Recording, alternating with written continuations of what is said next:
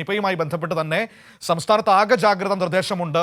മലപ്പുറത്ത് സ്ഥിരീകരിച്ച ഒരു സാഹചര്യത്തിൽ മുഖ്യമന്ത്രി നേരിട്ട് സ്ഥിതിഗതികൾ വിലയിരുത്തി, സാഹചര്യങ്ങൾ വിലയിരുത്തുന്നുണ്ട്. ആശങ്കപ്പെടേണ്ടതില്ലെന്നും പക്ഷേ കൃത്യമായ ജാഗ്രത ജനങ്ങൾ പുലർത്തണമെന്നും മുഖ്യമന്ത്രി ആവശ്യപ്പെടുകയും ചെയ്തിട്ടുണ്ട്. എസ് ഷീജ നമ്മളോടൊപ്പം തിരുവനന്തപുരത്ത് നിന്ന് ചേരുകയാണ്.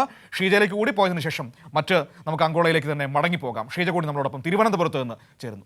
Sheeja, good morning. Good morning Manu. Sheeja, നിപയുടെ ഒരു വലിയ ജാഗ്രത നമ്മൾ തുടർന്നു പോവുകയാണ്. പരിശോധനാ ഫലങ്ങളൊക്കെ നെഗറ്റീവാണ് എന്നത് ആശ്വാസം നൽകുന്നുണ്ട്. ആ ആശ്വാസത്തിൽ നിൽക്കുമ്പോഴും നമ്മൾ ആ ജാഗ്രത ഒട്ടും കൈവെടിയരുത് എന്നതാണ് ഏറ്റവും പ്രധാനപ്പെട്ട കാര്യം.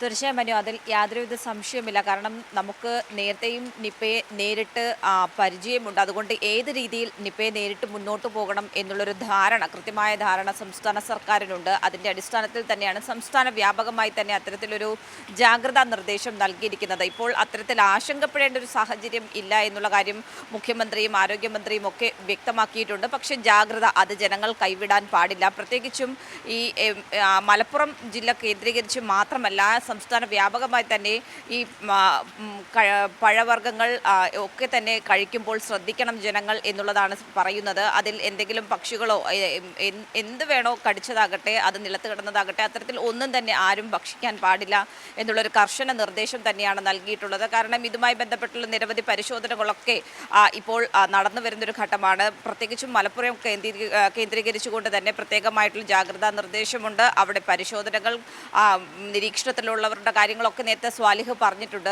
അതുകൊണ്ട് തന്നെ അതുമായി ബന്ധപ്പെട്ടുള്ള കാര്യങ്ങളെല്ലാം ഒരു പൊതു ജാഗ്രത ജനങ്ങൾ സംസ്ഥാന വ്യാപകമായി തന്നെ ഈ വിഷയത്തിൽ പാലിക്കേണ്ടതുണ്ട് എന്ന് തന്നെയാണ് മുഖ്യമന്ത്രി ആവശ്യപ്പെടുന്നത്. കാരണം മുഖ്യമന്ത്രി നേരിട്ട് ഈ വിഷയത്തിൻ്റെ സ്ഥിതിഗതികൾ വിലയിരുത്തി തന്നെയാണ് മുന്നോട്ട് പോകുന്നത്.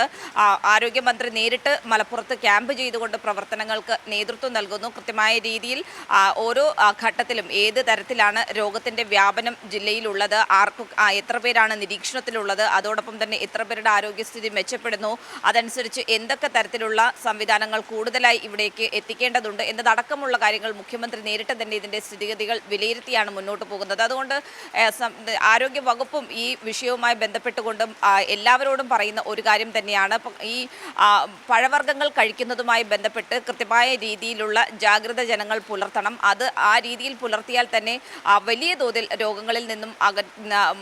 രോഗങ്ങളിലേക്ക് പോകാതെ രക്ഷപ്പെടാൻ സാധിക്കും എന്നുള്ളൊരു പൊതു ജാഗ്രത തന്നെയാണ് സംസ്ഥാന വ്യാപകമായി ഈ വിഷയത്തിൽ നിപയുമായി ബന്ധപ്പെട്ട് പുറപ്പെടുവിച്ചിരിക്കുന്നത്. Manu, okay, thank you Sheeja.